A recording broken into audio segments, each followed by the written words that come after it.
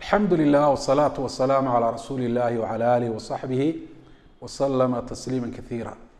أما بعد، السلام عليكم ورحمة الله وبركاته. بإذن الله سبحانه وتعالى waxaan isku dayi doonaa in halkan ka soo jeediyo jawaab kooban oo ku socota wadaadka la dhaahdo Dr Faysal. taasi oo jawaab jawaabta uu ka bixiyay hadalkaygii ku saabsanaa munaadaradii uu iga dalbaday iyo qaabka aan uga jawaabay. marka koobaad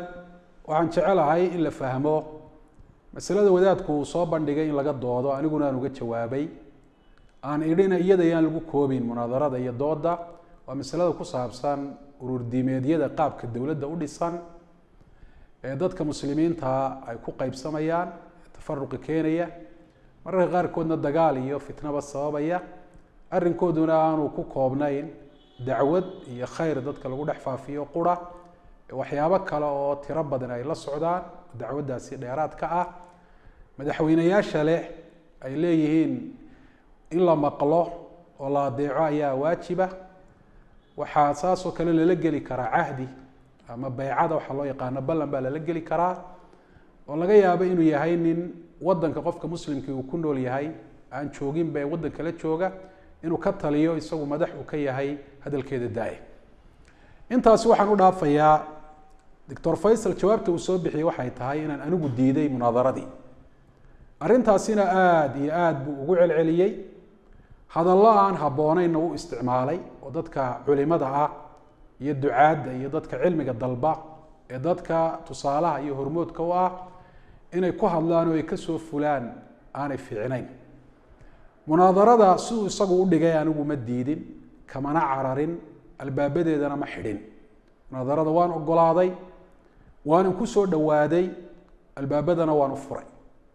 hadalkaygii horena taasi way ku caddahay. waxaan yidhi munaadaro laga galo dadka muslimiinta urur diimeedyada suurada aan sheegay leh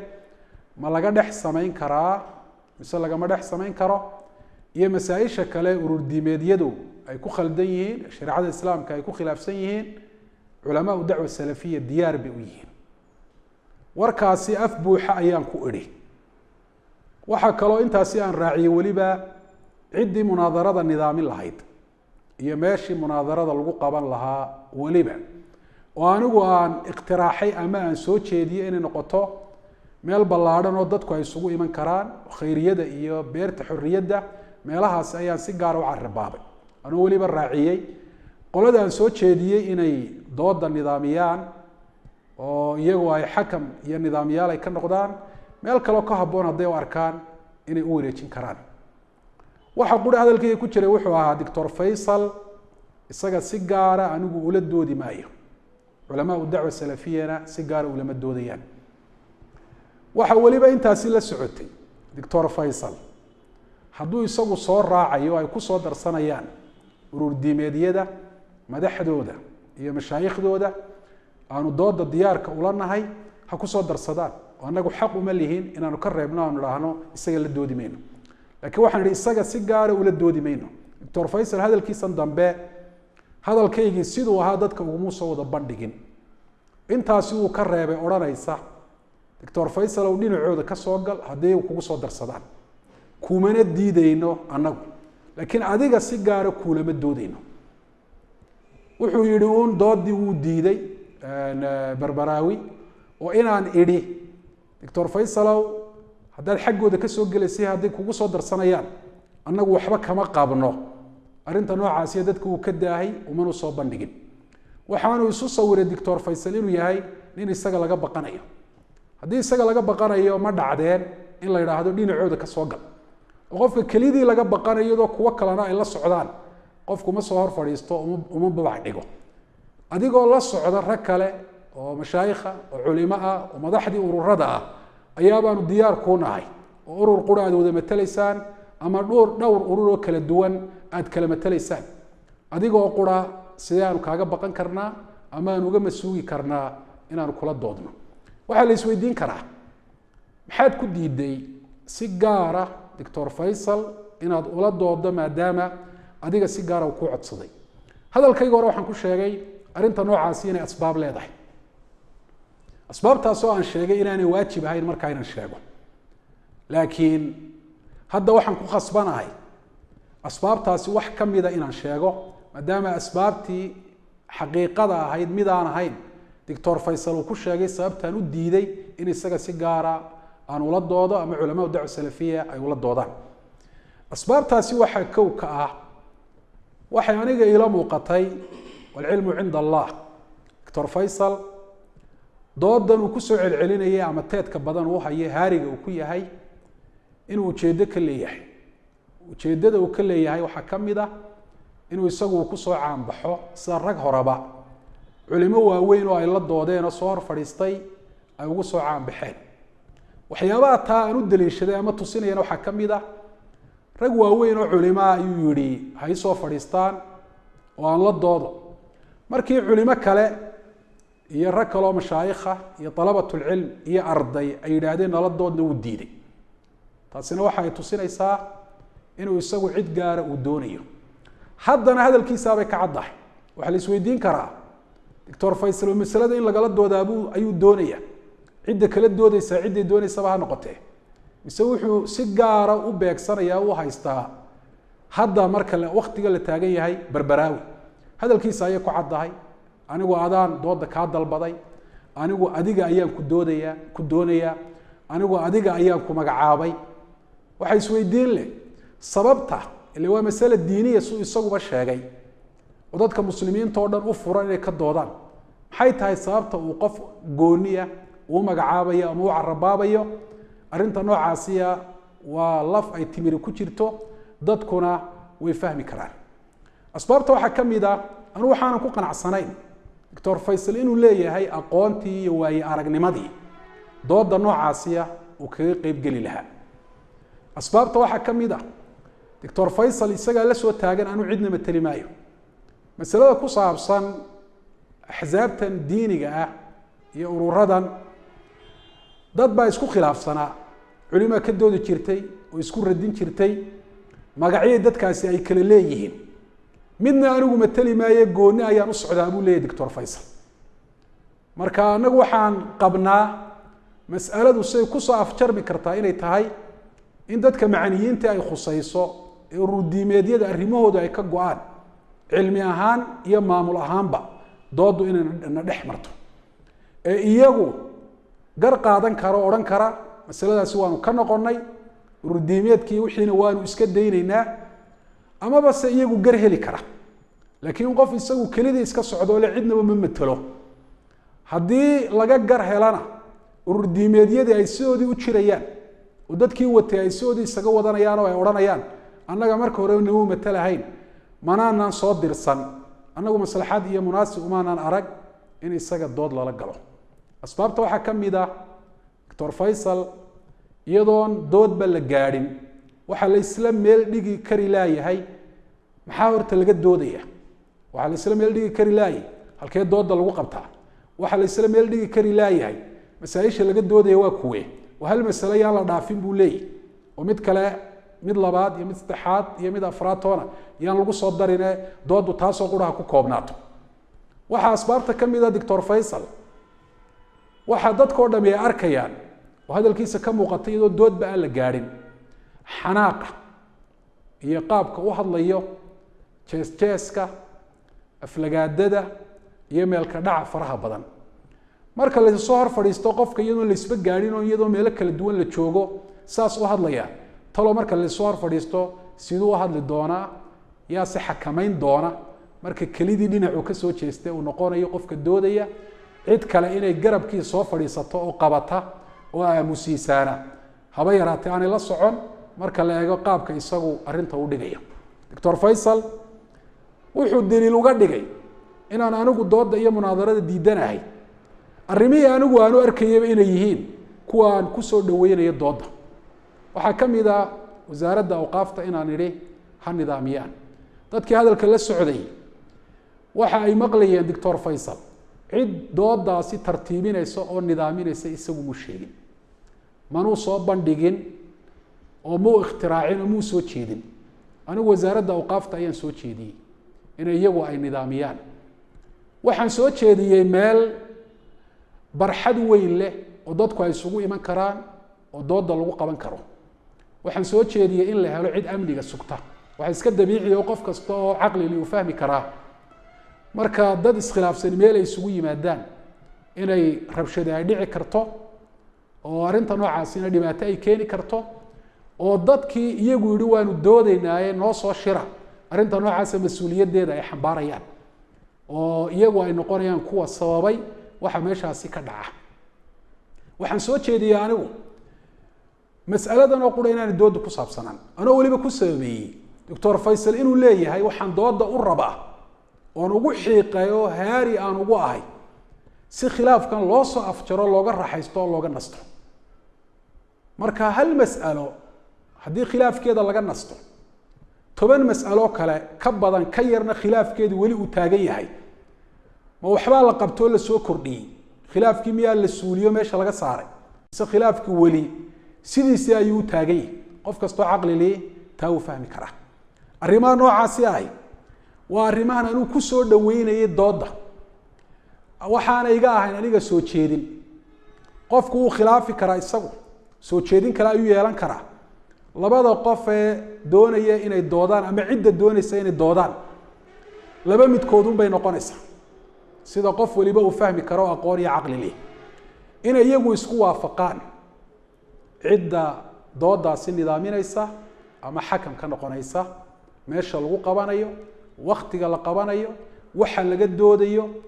iyo cidda ka doodaysa dooda ka qayb galaysa taasi may dhicin oo waad aragtaa oo Dr Faysal soo jeedinteedii mu aqbalin arrinka labaadna wuxuu noqon karaa cid iyagu ay isku waafaqeen inay dooda u nidaamiso u tartiibiso waxyaabaha si ay xadido in hawlaha noocaasi waxa weeyaan ay qabato laakiin labada mar haddaanay midna jirin macnaheedu wuxuu noqonayaa qofku inuu doonayo in warbaahinta inuu gashado halayladooda laakiin doodu aanay marnaba aanay ka dhabahayn meel ma soo bandhigayo meesha la soo bandhigana waan diidaya cid ma soo bandhigayo nidaamisa cidda la soo bandhigana waan diidaya mas'alan anigu soo jeedinaya mid labaadna ma aqbalay aniga soo jeedinteeda waa in la qaato anigu baa doonay inaan ka qayb galo cid kale aanu doonaynaa dooda ha ka soo qayb galaana yeeli maayo taas waxa way kaanaysaa qofkaasi isagu inuu dadka iskala sareeyo u arko in isaga soo jeedintiisa la aqbalo soo jeedinta dadka kalena aan waxba laga soo qaadin mana hadee Dr Faysal qof isagu dadka xukuma oo sida isagu uu doonayo arrimuhu ay u dhacayaan sida la isku waafaqo waa inay u dhacaan haddaan la isku waafaqina si cid kale ay tartiibiso oo la isku waafaqay hawsha in loo dhiibo waa inay arrimuhu ay u dhacaan miyay sax tahay inuu Dr Faysal yiraahdo anigu waxaan soo jeedinayaa anoo quri inaan ka qayb galo adigu haddaad soo jeediso adiga iyo ururkaagu isa soo raacana waa khalad arrinta noocaasi ah iyo doodka carab miyay sax tahay Dr Faysal inuu yiraahdo anigu waxaan soo jeedinayaa mas'alo qura in laga doodo adigu haddaad soo jeediso masaa'il kale lagu darana waa khalad iyo doodka carab miyay sax tahay Dr Faysal inuu yiraahdo haddaad soo jeediso wasaaratul awqaaf ha nidaamiso waa doodka carab aniguna meel cidna ma soo jeedinayo meel anigu ma soo jeedinayo waxa soo dhan waxa isku xubsanaya hadii laga soo qaado arrimaha noocaas uu sheegay in laga fahmi karo anigu dooda inaan ka cararayo fahamka noocaas isagu uu qaatay iyo cidda la midka ay waxa ka soo horjeeda tasriixayga anigii baa si cad u leh dooda diyaar baan u nahay masaa'isha la isku khilaafsiyo dhan in laga doodo in cidda doodaysa ay noqdaan culamaa dacwa salafiyya iyo urur diimeediyada cid matalayso iyagoo ay doorteen oo ay ku kalsoonaadeen wala cid anagu kamaana dhex cayiman oo maana oran hebel iyo hebel soo sameeyay Dr Faysal iyagaan ikhtiyaarka u deeyno inay soo doortaan isagana maanaan diidin dhinacooda inuu ka soo jeesto oo uu ka qayb galo haddana tiiban ku celinaya Dr Faysal waxaan ku leeyahay waxaanu diyaar u nahay dood laga galo saasha la isku khilaafsay oo dhan waxaanu diyaar u nahay dood dhex marta dacwa salafiyya iyo urur diimeediyadu haday diyaar u yihiin adiga kuma lihiin dhinacooda kama soo gali kartid waxaanu ku leenahay urur baad ka tirsan tahay aad ku tirsan tahay oo ka tirsan tahay shajaaco iyo geesinimo u yeelo inaad arrinkaaga cadaysato oo dhinacooda aad ka soo gasho dood oo aad tiraahdo annagoo urur hebela ayaanu idin la doodayna oo madaxdeedii iyo mashaayikhdeedii waxa weeyaan wadana qaacida fiqiga waxay tiraahdaa la ibrata bidilalati في مقابلة التصريح مر هدي قفكو هذا العد ويراهدو ويسقوا كلية دود الديار بان ونحي وسوت شيء ماشي كدعي لها هي قابك ودعي لها وحي لقى دودي لها عدي لقى دودي لها إنها تراهدو هذا الكيس أساسي ده والدليل إنه دود وقلين إنه الباب بدأ حريه إنه كتهربيه waxay khilaafsantay qaacida sharciga oranaysa hadal cad mar haduu jiro qofka waxaasa laga fahmay iyo waxaasa laga malaystay waxaas oo dheema shaqeynayaan wax xukumo haba yaraatee lagu dhisi karaana ma jirto mislaas iyadu waa taas halkeedii ayaanay taagan tahay waxaan leeyahay Dr Faysal adiga si gaar ah lagu la doodi maayo ururkaaga soo raac cid iska soo dhex doorta adigu haddaad aad u jeceshahay iyagana waxaan leeyahay ka ogolaada Dr Faysal inuu dhinaciina ka soo galo oo ergan arinta noocaas ka noqonaya inuu Dr Faysal ka mid noqdo cidda dooda uga qayb galaysa ururka ictisaam iyo ururada kale cidda diyaar ah haday dood diyaar u yihiin masalada labaatan ku xigsiinaya waxay tahay waxaan sheegay oo hadalkayga aan ku sheegay Dr Faysal in hore loogu bandhigay dood haduu diyaar u yahay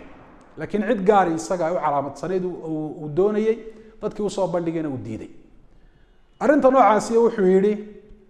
waxba kama jiraan oo been inay tahay ayuu tilmaamay waxaanu aniga igu eedeeyay ama igu dhaleeceeyay waxaan goobjoog u ahay oo aanan maqlahayn markii la islahaa inaan sheego waxaan leeyahay waxa la aqbalaa ee wax xukum lagu dhisaa ما هو قول قفك وحي دقيسة وكما قال يا مجوب شوقوها وح شريعة معروف كوا قفك السود دين تدقت وقرنية مسلمين ترجو دهنا يقانين قفك لو قاتين كه الجو كالسونية هاي وركي سين لا أقبله إلهي بالقرآن كشاقين يا أيها الذين آمنوا إن جاءكم فاسق بنبي فتبينوا آيات دا وحي علماء يراهدين وحي قعد ده هاي كل واقع فاسق وركي سين لا أقبلين وحنا آيات دو لقى فهمية ومفهوم كده وتلمامية قفك دانو فاسق أين لو قاتين ويا وركي سين لا أقبل استشهدوا شهيدين من رجالكم فإن لم يكونا رجلين فرجل وامرأتان ممن ترضون من الشهداء إلهي سبحانه وتعالى وحول الله مرخاتي وارمي إيبك كصاب سنة والسماية والرقة هذيك لنا هل نين يلا بدو مرة وامر خاتياش هتكون كلسونتين اللي قاتين كأ وارين شريعة مقرر كأ rag thiqaada weey oo culimo ah ragga sheegay inay ku soo bandhigeen munaadaro ee aad ka jawaabi weyday adiga iyo iyaga markay noqotana anigu iyaga ayaan ku kalsoonahay laani ma jarabtu calayhim kadiban way wax beena oo iyaga aan ku arkay oo ama aan ka maqlay ama dadku ay ku sheegeen ayaan jirin waxyaabo la yaab kale waxa kamid ah Faysal markii koobaad wuxuu isku dayay in munaadaro loo soo bandhigay inuu daadifeeyo wuxuu arinta noocaasi ma jirto laakiin ilaahay wuxuu ka dhawaajiyay laba arimood oo arinta noocaasi khilaafsan oo ka duwan ta koowaad waxay tahay wuxuu yiri sheekh uu sheegay waan garanaya sheekh anigu aan carabaabayna haba yaraatay ma jirin sheekh dood ku soo bandhigay hadaanu jirinba ilaa anu sheekh kumaan magacaabine sheekhanad garanaysaa muxuu ahaa waxay ka mid tahay waxyaabaha culimadu qariinada ay u yaqaaniin ee ahkaamta waxa weeyaan lagu sugo وقفكني waxaan lagu sheegay inuu ku jiro calaamadii daliil noqon kara waxayna taa ka sii daran ragii aqraantiisa aha ama filkiisa aha ee u soo bandhigay dooda ee marka hore uu yiri arintaasi ma jirto inuu marlabaadkii yiri arinta noocaas ma xusuusto arin aanad xusuusan bas sidaad u leedahay waa been uma jiro ma noqon kartaa Dr Faysal mid hoos timaada baabka كتبت مصطلح قرآن باب من حدث ثم نسي والشيخ أرضيس حديثك أشاري هدو إلا أبو حديثك إسو أو رأت صلانو حديثك سما حصوصته علماء الحديث وحي لين وحلا أقبليا أرضي ما دام وياي قف ثقاء والله قاتنا شيخنا مر هدو ليوان إلا أبي تانينات سيدو وكاله أيوم بين قرصة